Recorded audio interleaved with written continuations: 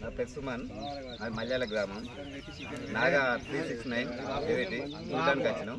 బాగుంది చూడడానికి. దగ్గర గింజలు, పొడుగు దొడ్డు, సన్నబెండు, కంకి లాగుంది. చూడడానికి అయితే మంచిగా అనిపిస్తుంది. రేట్ వచ్చేసి గింజలు వచ్చేసి 330 గ్రాములు వచ్చినాయి. బెండ్ వచ్చేసి 880 గ్రాములు. 80 గ్రాములు 80 గ్రాములు వచ్చేసింది. బాగున్నది వెరైటీ, బాగుంది, చాలా బాగుంది. ఇటువంటి ఇప్పుడు ఎంత వస్తుంది అనుకుంటారు దిగుబడి? అంటే మీ అనుభవం ప్రకారం 40 నుండి 45 మధ్యలో 40 పైన వస్తుంది. బెండ వచ్చేసి మీకు సన్నం ఉంది, బెండ్ సన్నం ఉంది.